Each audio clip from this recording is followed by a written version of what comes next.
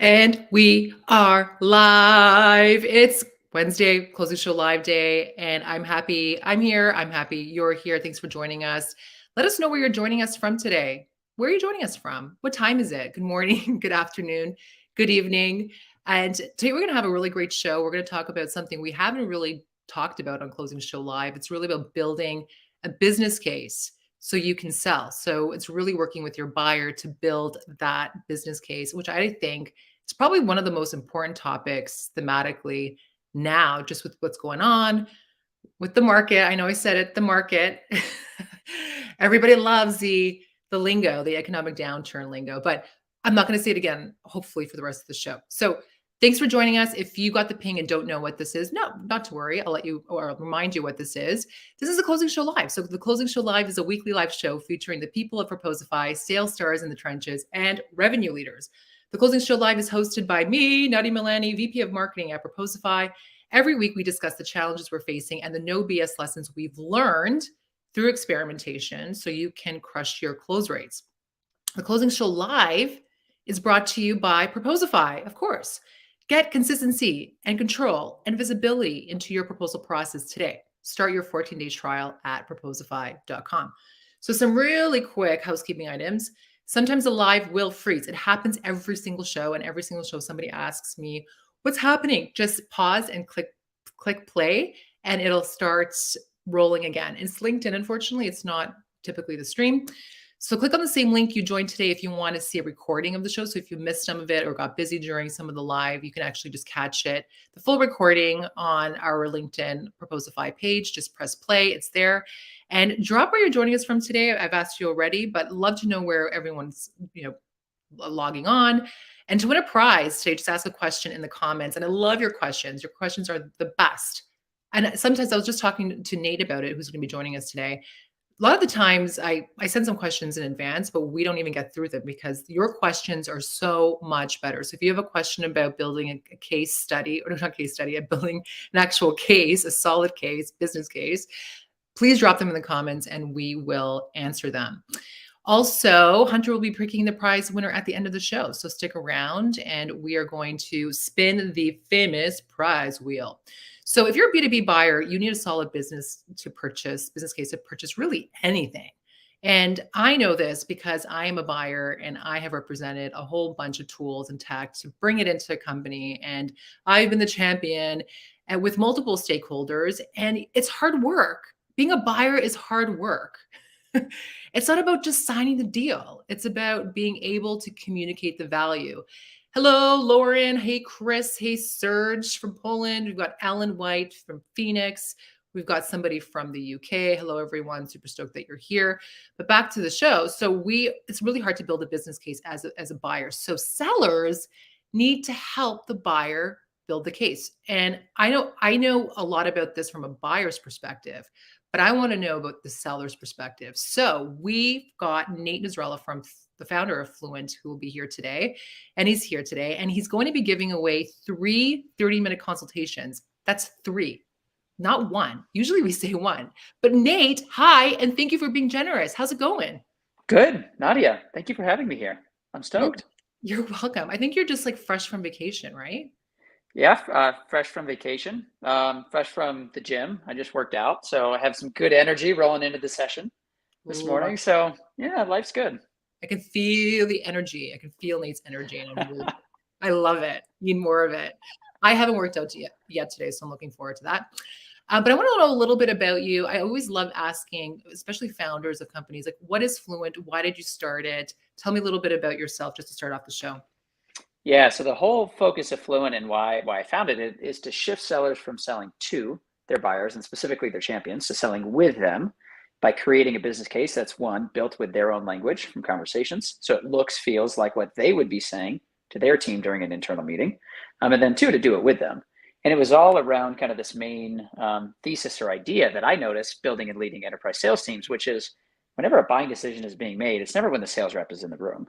You could totally nail the meeting, the Zoom meeting like this, and then all of a sudden the deal blows up. And it's because most times reps don't have control over their message when it matters most. It's the champion that's part of the buying team who's sharing the narrative, sharing their take on the problem. And oftentimes, if you match up what a seller sends to the champion, product decks, case studies, a lot of kind of templated stock marketing language, it sounds totally different from the conversation that the champion is having.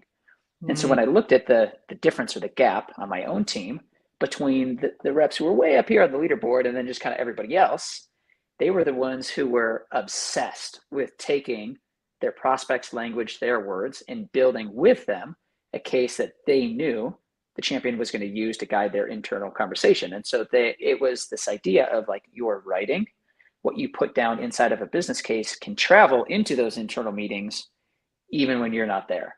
So that's quickly and only increasingly becoming the number one job of the highest performing AEs, is shaping that narrative in the internal conversations by building a solid case with their champion. So that's what we do. That's kind of how I got started. And when I bought a lot of tech too, so I appreciated your point is like oftentimes marketing leaders, sales leaders are buying as much as selling. And I was trying to buy something for our team, couldn't find it. So I'm also a former founder, kind of went through the full startup to acquisition piece. And so I kind of have a product brain that was always spinning in the background. I was like, all right, if I can't buy it, let's go build it. And that's how current chapter of my career got started. love that story. And I really think that this particular topic resonates even more now. I really do think the buying landscape has changed just a bit in the last 6 months, and it's debatable how much, but it's changed for me. So now, like, where I used to sign off as a marketer or VP of marketing, the proposal or the quote for a particular service or technology, now I'm talking to the whole C-suite about the decision. I'm talking to my Mm-hmm. CFO. I'm talking to, our COO. I'm talking to the CEO. Hey, I'm thinking about this particular solution. And we're having a lot more deeper conversations in the last 6 months, if in fact we really need it today. So are Mm-hmm. you are you noticing that happening in your conversations with clients and customers? Oh yeah, most definitely. I mean, so here's a quick story on it. It's becoming far more difficult to sell because it is far more difficult to buy and convince people internally to spend. As a point of contrast, so when I was leading, I built a enterprise sales team and owned the business unit for 2 companies ago. So I oversaw the P&L. I'd go through an exercise every year where I'd build out my budget, submit it to the FP&A team. We'd go back and forth, get it ready to go. Then I'd go to our CFO, get approvals, right, so on. And what I'd always do is inevitably in every line item that I was building, I knew there were going to be some like unforeseen expenses, things that came up during the year that I just hadn't planned on. Like we would do this in October for the following year. So I would just kind of create some experimentation money where every line item I just add like 20% to it and be like, if I take the 20% that's extra on top of every line item, here's this like nice chunk of money that I can do whatever I want with because it's already in the budget throughout the year. Love And those that budgets. yes. And they used to pass like pretty easily. And that was, it was maybe a couple of weeks to get that all kind of locked in, right? And so during the year, if I liked it, we could spend on it, we could try it out, no problem. It doesn't work like that anymore. And there's no kind of fun money, if you will, that's just kind of floating around because there's an extra level of scrutiny around staying lean and efficient, which then goes back to the sales process when your champion is saying, hey, look, it's not as simple as just pulling from this budget anymore.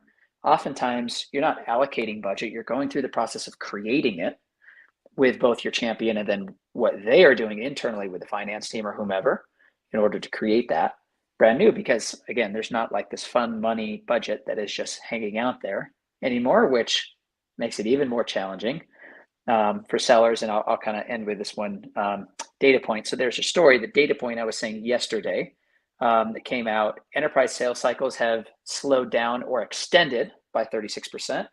SMB sales cycles have extended by 18% on average. So if you're talking like on a complex deal, your sales cycle is already 6+ months. Now increase that by another third. Yeah, that's why it's just showing it's hard to sell right now because it's hard to buy. There's extra scrutiny. That's interesting that average 18% for SMB, which we're seeing as well. Like we are seeing the buying cycles extend more for specifically this reasons, more buyers in Mm-hmm. decision makers in the process. So walk me through, like, so well, how do you build a solid business case. Can you walk me through how do you even start? What is your framework? hmm So I'll start with my framework and then I'll kind of go through some practices to build it Great. out. So every good business case, every good storyline begins with the problem. And when I say problem, I'm not talking just about a functional problem of, it takes us a long time to create and write proposals, therefore we are losing more deals. That's fine, right? That's the obvious thing. Usually there is an obvious problem that's directly connected to your product. What you want to frame up within a sharp problem statement is the non-obvious problem and why that has strategic implications. And it's like, because we are unable to efficiently, effectively create proposals in Proposify's world, and we're behind on closing business, that means, and so use the phrase, which means to go deeper. Like, what are the consequences, not just the costs of lost business in the problem that your customers are facing? So now, once you've set up and created a very sharp problem statement, the next thing that you're beginning to do is you're setting up some type of logical connection or approach that relates back to your product. So, for example, yesterday I was talking with an AE that's selling in the kind of cold email personalization space, and he's like, "How do I show that we can build pipeline? Like, I can't make a guarantee that you'll boost pipeline by 50%, and so on." So, what we were talking about is the second piece of the framework is to say, okay, you need to walk somebody up to your approach or your solution. So, for example, you might, in his case, you might say something like 80% of new pipeline sourced is through email, specifically over other channels, like, for example, cold email. We've in the past experimented with increasing the volume of email sent, which didn't bring the result we were looking for. So now we need to go to the second lever, which is email quality. When a BDR manager looks over the shoulder and is coaching somebody on writing emails effectively, response rates go up. However, they don't have the time to scale. Therefore, we need a solution that can help reps craft cold emails faster without the manager oversight. Now, you've just framed and set up the connection to the product. And the next piece is where you go into the payoff, where you flip that problem statement upside down and you say, if you follow this approach, what will be true about life after a certain period of time with your product? So this could be 12 months, could be 2 years. Make sure that it matches the duration or the structure, the commercial terms that you're going to be moving toward. And do this in two ways. One, there's the head rational level, which is, if you're talking about pipeline is down, then how will pipeline be up, right? Show a clear before after with the customer's own data. Next, you want to make sure to speak to the heart, like something that is a little bit more emotional, inspiring, like have fun with it. And think about, it's like Proposify lands whopping 200 million Series C on the back of sales-led growth. Everybody's talking about product-led growth. How cool would it be to talk about your sales team and how effective you've been, right? And then very, very last piece is the investment. Now, most reps gravitate toward pricing, like pay us this. This is what it costs. And they neglect the whole piece around change and change management. Who's going to be involved? How much time is going to be required to onboard and learn the system, to set up the system? And so most times when you're talking with an executive, somebody who is evaluating the solution to sign off on it, they're not just thinking about the budget. They're thinking about the trade-offs that they'll have to make. If we do this and we say yes to Proposify or whatever your solution is, what can't they prioritize and say yes to as a result? And that's what you need to call out, is oftentimes competition isn't other vendors in your space. Competition is other projects, other priorities that people could be spending time on. So you package all of that up together, and the exercise is to say, can you do this in one page? Because it's very easy to do this across 12, 15, 16 plus pages. But the reality is, if you want this message to travel around the buying team, especially in the context of a complex deal where lots of people need to be involved, you need to compress that down. And that's where the art comes in, is compressing your narrative down to the main ideas, removing everything else that's just a distraction, and then presenting something that your champion can share very concisely and very, very clearly. Ooh, so much to unpack there. Yeah. I love everything that you said. One, by the way, I don't know who you were speaking to about BDR. Sorry, the BDRs report to my team, and I Mhm. definitely cannot coach them on every single email that they send out. So whatever that tool was, just hit me up later because that's not first of all. Second, so I love that. So it's really number one, defining the problem, figuring out the logical approach as applied to your product, and the third was to put it. So what was the third one again? So I wrote it down. Payoff. My Yeah, brain. yeah. How does life get better? This is the inverse of the problem. Oh, This like is the the future. payoff. Thank you Yeah. very much. And I actually wrote a LinkedIn post about this yesterday because back to the cold outreach email, the tool that you were buying yesterday, or you were talking to a client from that particular tech category. I actually, the last time I booked a meeting, an actual Mhm. meeting as a buyer from a 100% cold email, was because they followed this framework. They were able to build this very succinct message in a cold email that was very, almost very short, very, but personable. And there was some fun that was added to it. And that was the last time I booked an actual meeting as a buyer from a seller. And Mhm. because it was very similar to this framework, but it was in a cold email. And I love that. And I love that you're able, so your point is that with multiple buyers, that's just a cold email and cold outreach. So it worked from that perspective. Mhm. But when you're in the buying cycle, it's taking all the details of those things and making it and shortening it so everyone can have this succinct the kind of summary of what the Mhm. conversation's about and share it with all the different stakeholders. And I love that. And this is why I also had a debate just recently quoting tools over proposal tools.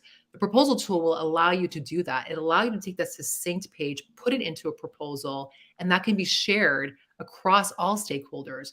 Because most of the time, to your point, the conversation that you're having with the buyer is not what's going to happen after you're not in the room. Mhm.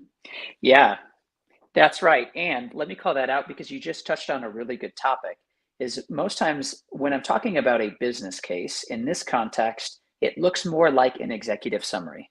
In a full-fledged proposal, there's going to be a lot more technical detail, maybe a rollout plan. There's going to be a lot of specifics that after you get to the point of like, this is the right fit for us, how do we move forward? What comes next? Then you need to build this out more. So think first is like, why is this relevant? Why should we care? And why should we do something about this issue with you? And then when you get into the here's how we'll do it, that's where you get into, to your point, it could just be your exec summary. The business case is that first page, and then you're building out greater depth as you go deeper and deeper into the sales cycle. So I think of a business case as something that is starting all the way up in your first discovery conversation. Don't think of this as like, hey, I'm collecting all of these inputs and then doing it at the very end of the sales cycle. This is something that starts from conversation number one, and you're building up to get real deep into then how do we work together, the formal proposal. Love So it. that's the way I think about it. I'd be curious, anything that you would maybe think about differently in that framing, or things that maybe you're like, yeah, that's right on. That's totally right on. That's totally right on. And Charlie, I think, agrees with it, what you're saying. His question is around what questions would you suggest asking to help coach your champion in articulating the business case internally? For example, what objections do you see coming up, et cetera? This is a really good question because, again, I'm the buyer, I'm a Mhm. marketer, buy a lot of tools, bought a lot of tools. And, you know, I need to be armed with depends on the company that you've worked with in larger organizations, smaller organizations, not as much, but you do need to arm your buyers, Mhm. specifically if you're talking to an enterprise buyer, because at Mhm. that stage, there's a lot more complexity. So how do you do that, and how do you coach your champion? Yeah. So one of the first questions that I would ask is, hey, if you were walking into, and I try to label a specific meeting that we were referencing, you have that one-on-one with your VP coming up on Friday. When you're in that conversation, what do you think you'll be talking about that you're not seeing represented in the summary? And so I'm looking for the delta or the gap between what they'll say and what's written out, because I want to know what's most important that you think you want to highlight and how will you do that?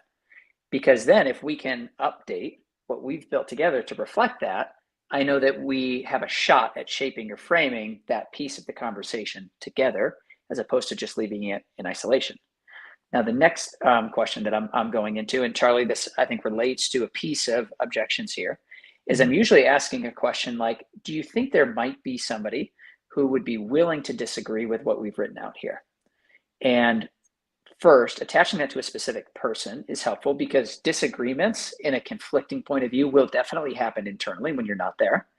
Usually people can think of, oh yes, this person, like because they're working on project X, they're going to see this as potentially competing for or removing time, bandwidth, budget. And then let's go through that. And there's two pieces to it. One, you want to understand why might they object or think differently. But two, you want to use some invitational language to say, hey, we're both feeling pretty excited about this, but to make sure that we're moving in the right direction, do you think they might be willing to disagree with us in a conversation? And invite them in. And again, the whole point is to say, what are we missing here? What do you see that we don't see, as opposed to leaving the champion to unpack that alone when you can't be there to co-pilot the conversation. Such a good point, because every single decision maker is going to have a different viewpoint of why this software or thing needs to be purchased or not purchased. And so I love that you can try to get ahead of that by asking the buyer, okay, what haven't we thought about, and who may not want this particular, or who may have questions about this particular thing. Majaz asks, I'm selling to e-commerce companies as an SDR. How can I use the business case to book the meeting as I'm selling to SMBs, enterprises, to all marketing and e-commerce leaders, directors, and above? So there's like selling to many different buying personas and different stakeholders. So how can he use a business case model to sell as a BDR? Yeah. So specifically as a BDR, I'll go back to the point that I made earlier, is like a business case is something that starts from the very first conversation. So what I would think about is, can you start to draft your best guess, a point of view that's a hypothesis for this specific account, write it down and make sure, here's the litmus test, that if you were to recycle this point of view for another account, it would feel weird to them. They're like, oh, this just doesn't relate. So can you get specific enough for this account that you can't reuse it? And then in your first conversation or your outreach, pose that to them and see if you can either get it confirmed, like, oh man, this is bang on. That's it. Yes, let's talk. Or are they correcting you? Can you get some engagement to say, no, actually, this is showing up a little bit differently in the business, but I'd be open to talking about that with you. And this doc that you've started to either, again, confirm or correct your initial point of view, that's what you can then use to transition very seamlessly and bring an AE that you're partnered with into the account so that you can build on it together. And it can help create a feeling of continuity from the buyer's perspective. It's like they started to work with you on this, and now you have your AE who's coming in to work together with you. It's just a really good point of collaboration, or a medium for collaboration to keep things going, keep the momentum going with the buyer. So good. I love how you can start that at the very beginning stages, as did the BDR SDR that started that conversation with me, because he very much was succinctly kind of stated a business case. It was short, but it was powerful. And that got me the meeting. Or him the meeting, which is fantastic. So what are the common pitfalls? You must have, I think AEs and, debatably SDRs do get this wrong. That's why you're even busy. And that's why you created a company around this, because there's a genuine problem here. So what is it that sales leaders and sales here? So most times, 80% of the content that we see inside of the business case is about the company and its product, when that should be flipped in reverse. 80% of the content should be so specific to that account and the words that prospect would use internally. Then 20% of the content is about the product, right? So that's number one. Number two, I just touched on, is oftentimes when a buyer gets it, the language that in our research with different buyers they've used is, this feels like a billboard. This feels like something that is full of sales spin versus something that I wrote. So I'm not just going to forward this to my, let's say you're selling marketing tech. The marketing director isn't just going to forward this to their SVP or their CMO and say, hey, read this. It'll feel too much like a case study or billboard that wasn't created by the buying team. So you need to create something that feels organic or internal so that they're actually willing and interested to use that when they're talking internally. So those are the top two mistakes that we see. Love that. I love the 80/20 rule. So 80% Mhm. should really be about the actual account and the language that they use. That's so important because if you're speaking the same language, it's so easy to be able or easier for the buyer to translate that. And then 20% about the product. And I do see it usually flipped as a buyer. Mhm. That's such a good point. Chris asks, how do you respond to proposal pricing requests from initial discovery calls with end user champion at a large enterprise before unlocking other points of value for the broader buying committee? Yeah. So, Chris, if somebody's bringing up pricing early in the first call, usually that's going to create a mental blocker for them if it's not addressed. And so, common wisdom is to say, oh, it needs to be value based. Don't do that until you've created the case, done the demo, and then you can talk more deeply about pricing. Instead, my approach, and by the way, if they don't bring it up, I'll often use the phrase, hey, you haven't asked, but I imagine you're curious about our pricing. Would it be helpful to unpack this? And then what I'm doing, if I bring it up or they ask to unpack it, is first talking about the drivers behind the business model. So you might say something like the way we structure the commercial terms for a partnership is based on number of campuses times number of physicians per campus in the hospital system that are on the software. And the reason is so that, and then go into the context of why it's structured that way.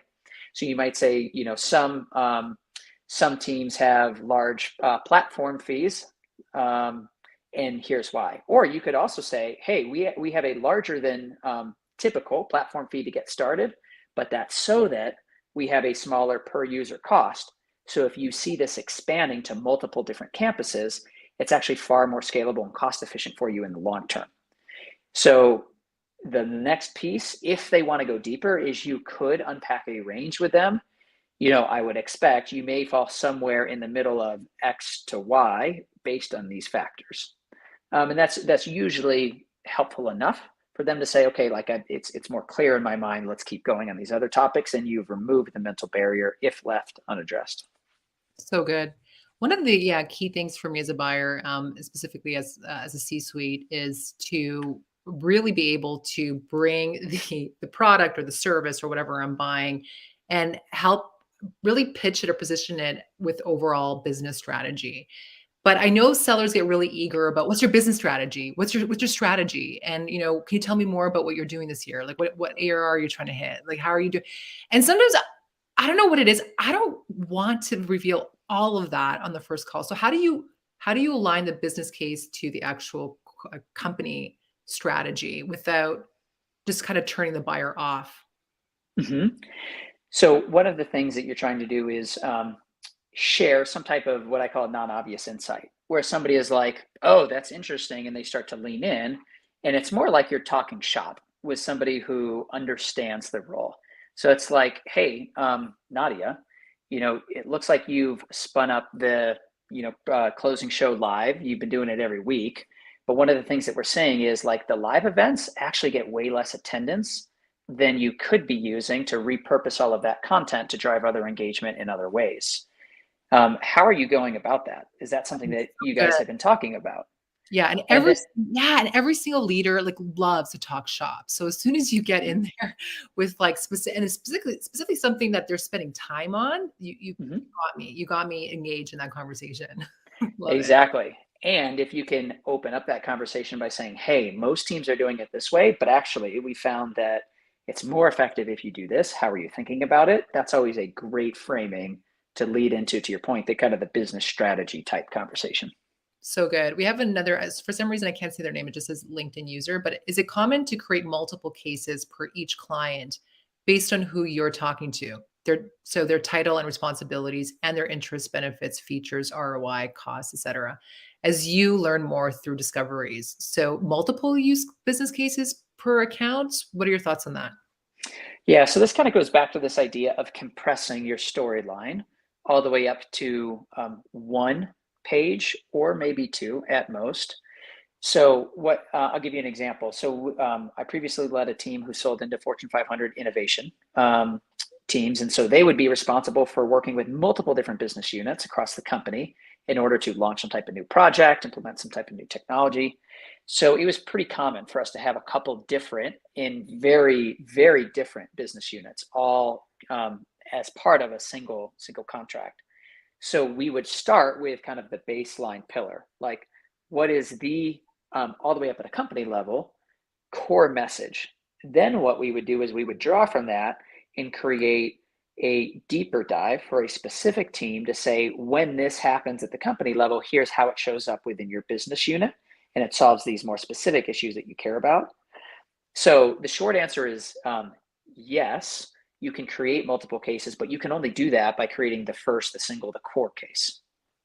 Love it. I agree with you on that. It's like one major or focused business Mm-hmm. case, and then you can have kind of these buyer persona kind of iterations of what that other main Mm-hmm. business is.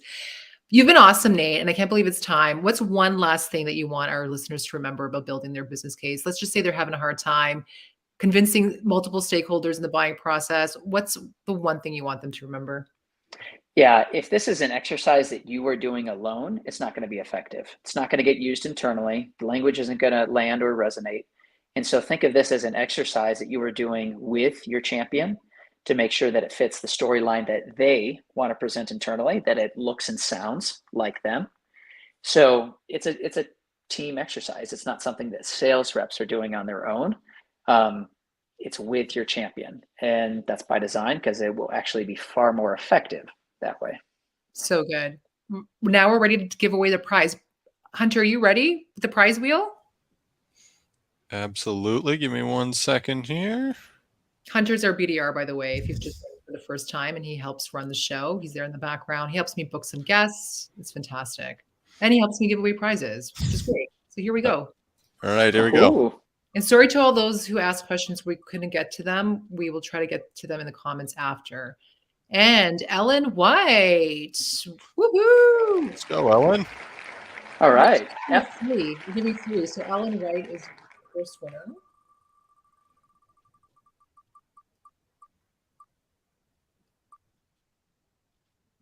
Nice. Woo! We got Deb. Dev. Right on.